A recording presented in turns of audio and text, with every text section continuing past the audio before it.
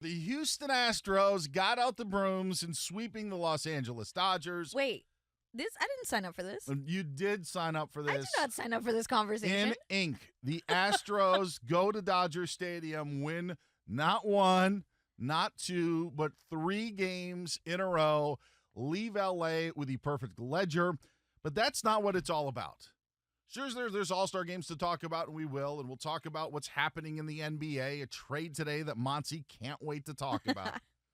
But the Astros go and sweep the Dodgers, but it had nothing to do with the win on Friday, the win on Saturday, or the win on Sunday. The win on Friday was pretty ridiculous, 18-1. Yeah, I think that was the final score. But throughout the weekend, this was an opportunity, one that our own Jason Stewart even got to take in himself on Sunday, because it's the ongoing rivalry that isn't a rivalry. This isn't wondering if the Padres are the Dodgers' rival. This isn't, are the Vikings the Packers' rival. This is none of that.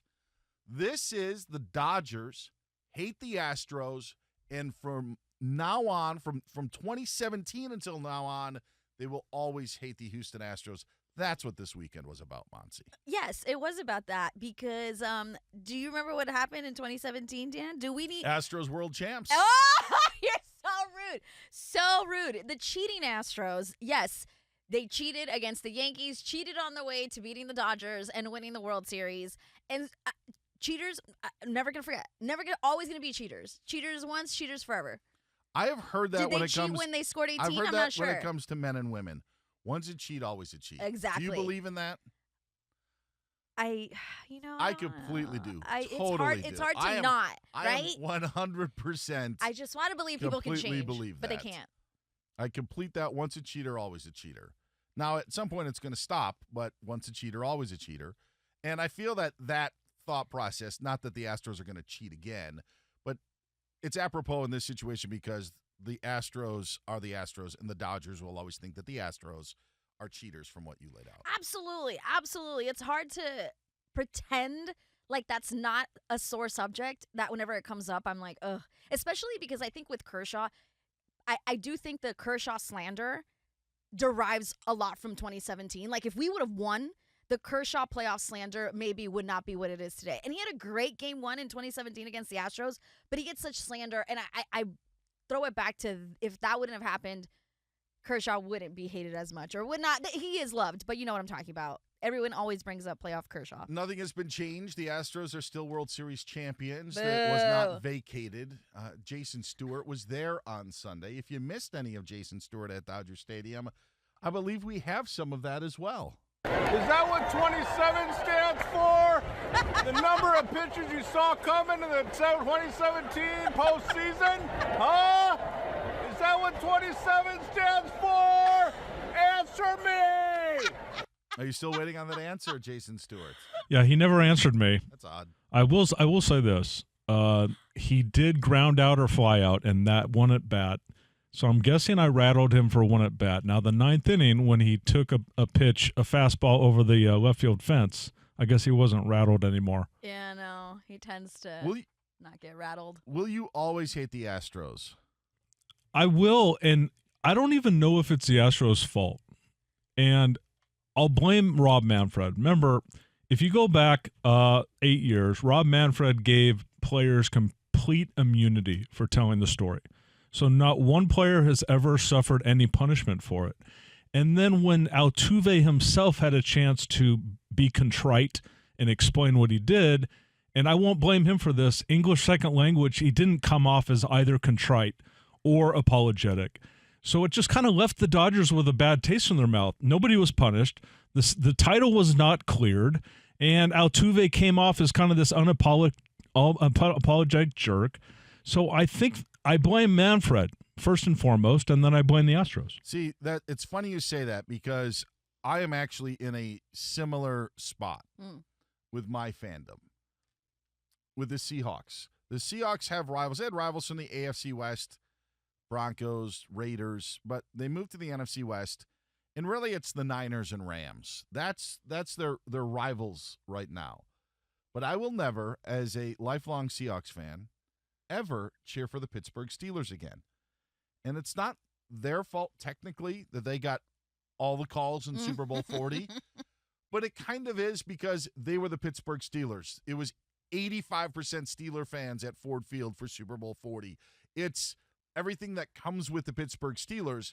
And while the officiating crew was awful and even admitted as much after the Super Bowl, I will never get over that game and never get over, even when the Seahawks won Super Bowl 48, it wasn't that monkey's off the back from Super Bowl 40. Like, it's still there. They could have had 2 Super Bowl championships. But I will never cheer for the Pittsburgh Steelers for that reason. And while you want to blame Rob Manfred, I could blame Bill Levy, the official in that game, and all of the referee or the other officials in that contest. But it's easier to take it out on the Pittsburgh Steelers. Absolutely. And they were less complicit than the Houston Astros were. And it's been now going on 20 years that game was played.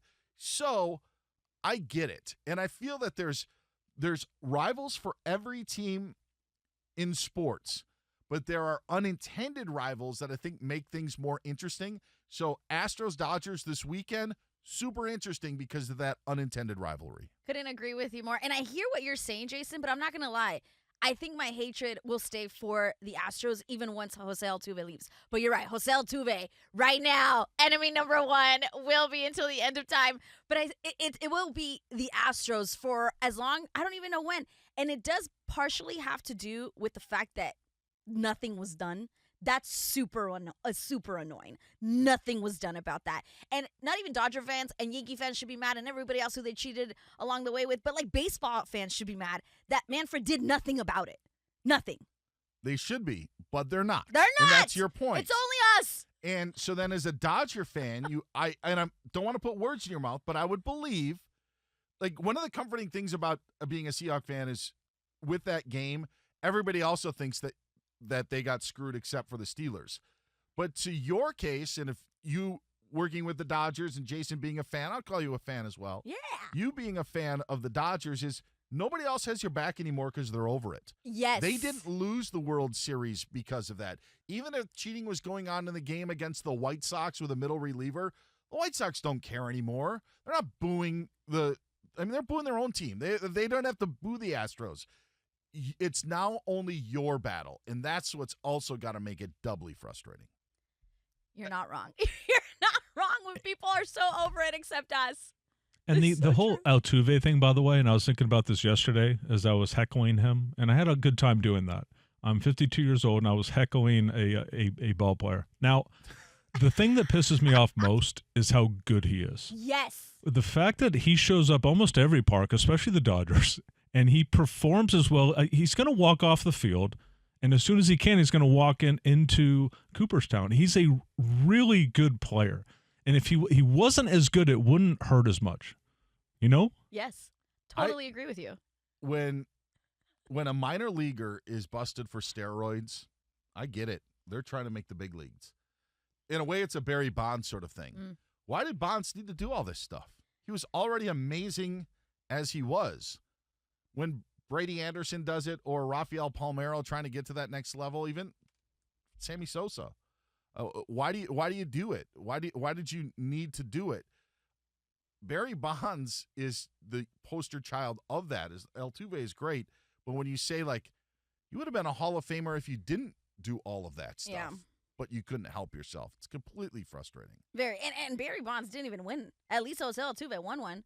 After the cheating, and then he won another one. Yes, it's true. I know that. But, think about the people who cheated, and it didn't even get them a World Series. I want to go to Papa Bear for a second. And I want to hear from you as well. You call him Papa Bear? 877-99 on Fox, 877-996-6369. Ryan Smith. Yeah, he does. And you should too, by the way. I'm not. Okay. I know you're a Raiders fan. Yes. And I said this to Monse prior to the show. I know who Ryan Smith hates. I know his unintended rival of the Raiders, because it's not the Broncos, it's not the Chargers, it's not the Chiefs. I know who your unintended rival is. You sure? I think so. You know who I said, Yes, right? yes. Who is it? The Patriots. Yes, Yes! that's Told exactly ya. what he said. 100%. Yeah. Nailed it. Yeah. Yes. And that's because of the Tuck rule. The cheating. Yes, cheating. Yes. The cheating. Yes. Cheating. So whenever the Patriots did well, it brought you back to that point and the tuck rule. And they did well a lot. They won a lot. And it all went back to that point. We're not alone in here. You could tweet Monse at Monse Bolanos, hit me up at Dan Beyer on Fox. But who is your unintended rival? Because they are all across sports. They really are. In fact, talking about the Seahawks, I feel like the Packers had a problem with the Seahawks at one time because of the Fail Mary, where when they had the replacement refs and they called a touchdown on what was clearly an interception. Right. It should have ended the game. But because of the chaos that it was, there was nothing that they could do to overturn it. Like, I felt like that added to the rivalry. There were connections between the two organizations previously, but I felt like that was one. I don't know if there are others that they feel, but I felt like it was that way. But I know this is the case throughout sports, there's the unintended rival. The ones are usually natural because they're geographic or you've played for a long time.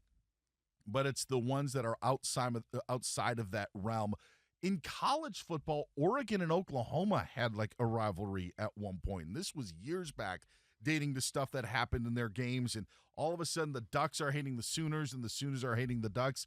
It's an interesting phenomenon because it's a bit random, but they're obviously all based on for a certain reason. But I know that everyone's sports teams, you have a unintended rival, if you will. You know, for a while as a Clipper fan, I hated the Memphis Grizzlies.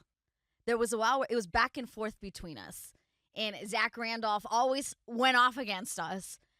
But that one has died. Because the Clippers don't have a rival. Like the Lakers, but it's like the Clippers don't have a rival. I'll tell you who I thought. Well, for a while it was Golden State. For a while, they took off, like with Sure. before they started winning titles, Yeah. there was something there that they had with them and the Warriors. Yeah, a little bit. I go back more of I think it was the Memphis Grizzlies that I was always like, I don't want to see them ever again. I get that. The Grizzlies have kind of had one with Minnesota. I mean, same conference as well, maybe not as random, but Right. they had gone back and forth. So that's what we want to hear from you. The phone lines are starting to line up, 877-99 on Fox, 877-996-6369. I felt that the Raiders one was appropriate, but I also, it's tough to say the Steelers from the Immaculate Reception for what they had in the 1970s. Like, that stuff ends up moving on. I'll tell you another one. Speaking of moving, I thought that whenever the Colts played the Ravens, that it would be a rivalry game because the Ravens their fans were mad that the Colts left Baltimore in the early 80s. That's a good one. Okay, you'd think that was the case. And I asked my buddy Jerry Coleman in Baltimore one time, I said, what's it like? What's the feeling of when the Colts come back to Baltimore? And now it's been 40 years. When I asked him, it was probably about 30, 35 years. And he said, once the Ravens won their first Super Bowl over the Giants in Super Bowl 35, that went away. So that erased it. Like, they got their own championship. The Colts hadn't won one at that time. It made everything good. And now the Colts have been in Indy longer than they were in Baltimore, considering what we've got, and the Ravens, even for that matter, as well, or at least the timeline is close. But the point is that that's what it took for Baltimore to kind of move on from the Colts and to really just be like, all right, it's normal. But there's not going to be a moving on for me at any point. I don't know if there will be for the Dodgers, and I don't know if there will be for the Raiders. The Dodgers, I think, winning, obviously, if you win a World Series, Dodgers against the Astros, that might alleviate a lot of it. You'll never get it back, though. Never going to get it back, but it would alleviate a lot of it. Sure. Winning alleviates, helps. Yeah, it does. It does. Soothes the pain. Exactly. It absolutely does. She's Monse Bolanos. I'm Dan Beyer, in for COVINO and Rich here on Fox Sports Radio. Ryan Smith had the Raiders, the Patriots, as a Raiders fan. Jason, obviously, as the Dodger fan, hates the Houston Astros, as you heard him yelling at Jose Altuve over the weekend. That is how you heckle. Isaac Lowenkron, are you even a fan of any team to have an unintended rival? It's actually much worse and much unprofessional than that. When I was a kid, I was obsessed with the LA Kings hockey team. They make the Stanley Cup final for the first time ever in 1993. There's the curved stick incident, but besides that, Patrick Waugh of the Montreal Canadiens completely plays out of his mind, shuts them down, and just crushes me as a child. Years later, as a reporter, I'm covering the NHL All-Star Game, and there he is, the man who caused me such pain as an innocent youth, Patrick Waugh. And I started staring at him. I started giving him the evil eye. And it got to the point where he turned and looked at me, and he couldn't have been nicer. He said, "Hey, buddy, are you okay?" And I'm like, oh, I suddenly came back to professional Isaac, and I was like, yeah.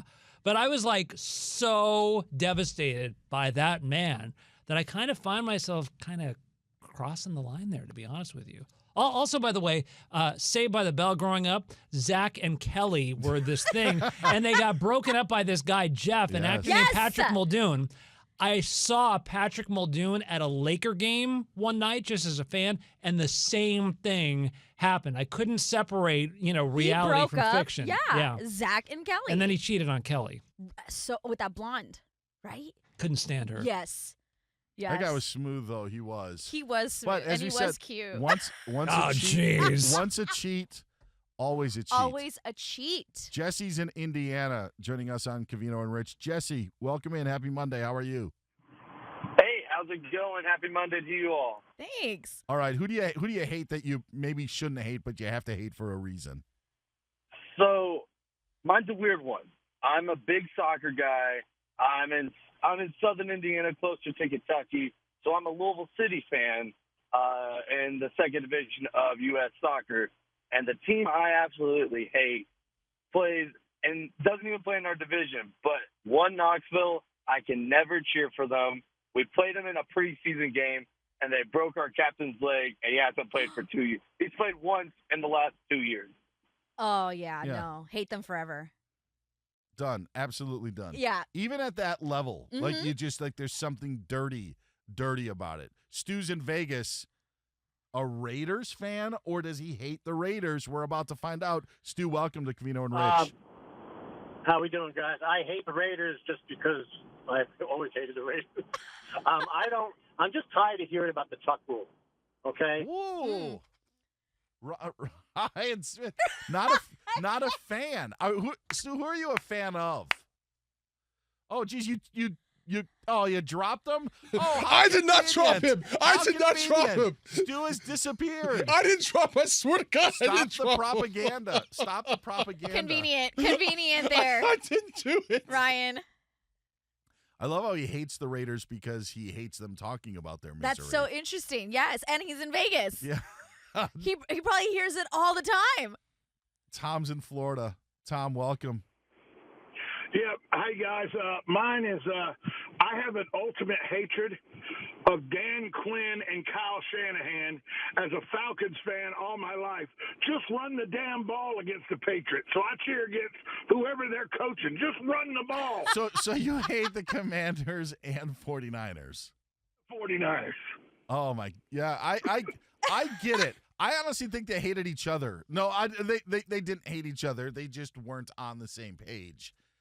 He should be more mad at Kyle Shanahan than Dan Quinn, though. Yeah. So if he's going to hate a team, he should hate the 49ers more so than the Commanders. Sure, but wherever Kyle Shanahan, if he were to move again, he's going to hate that team too. Yes, that is it's fair. more of him, but right now it is the 49ers. I would say 75 Shanahan for what happened, 25 Quinn in that spot. There you go. Now, Shanahan would say 75% of the reason why we're in this game is because of me, but that's beside the point. It's what happened in Super Bowl 51. Spencer's in L.A. Spencer, what gift do you have?